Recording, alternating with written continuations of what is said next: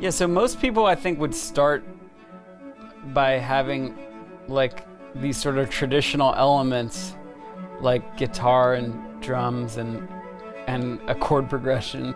But the way that the song came about for me was it started with the string arrangement. What came first was this sort of repeating pattern. Yeah, so the title Gwan kind of came out of Suogan, which is this old Scottish folk melody or Welsh folk melody. And then there's a second melody that comes in also from a folk song. And that folk song is called Simple Gifts. But instead of putting Simple Gifts in the melody, I put it in the cello here.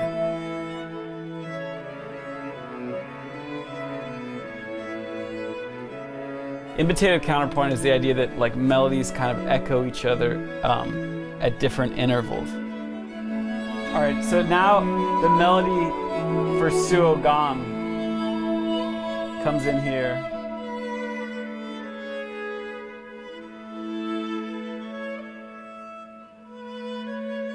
And then it gets imitated right here. I wrote it as string quartet music, and that's how I perform it now live, but this recording is all cellos. It's multi-track cellos, all of it. And then there's another interlocking part that just kind of like builds the momentum. I think there's something worthy about striving to do like to make the most complex music that you can, but still, you know, use melodies. And maybe using melodies that people know makes it more interesting, because then you can kind of track the evolution of stuff. So once I had the strings playing chords, I was starting to think like, okay, it's kind of becoming a song. One of the things that, you know, that makes a song sound like a song is acoustic guitar. And then I added a slide guitar, making the chorus lift. Yeah, the drums, I kind of wanted the drums to sound like, kind of like if Kate Bush was recording in her basement. The verse came first. On this song specifically, I worked on the lyrics with my friend Ramesh, kind of back and forth. He was in town and I said, can you come by? I have this song that I know where I want it to go lyrically, but I think I'm stuck on it. And he came over and he had some ideas, and because I had at least the first verse and maybe parts of the second verse,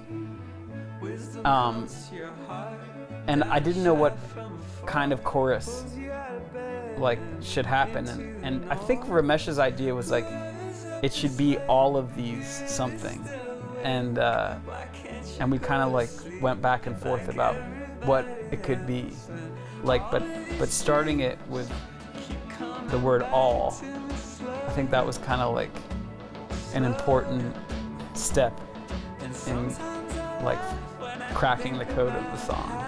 There's something powerful about letting the song exist somewhere between your conscious and your subconscious. And I wanted to keep the song in that world.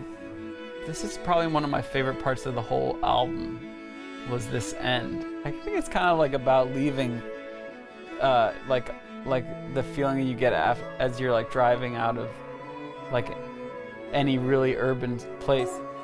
The ending of the song came about from me just sitting at the piano and singing gibberish words, and I had the melody, like, and I was like, I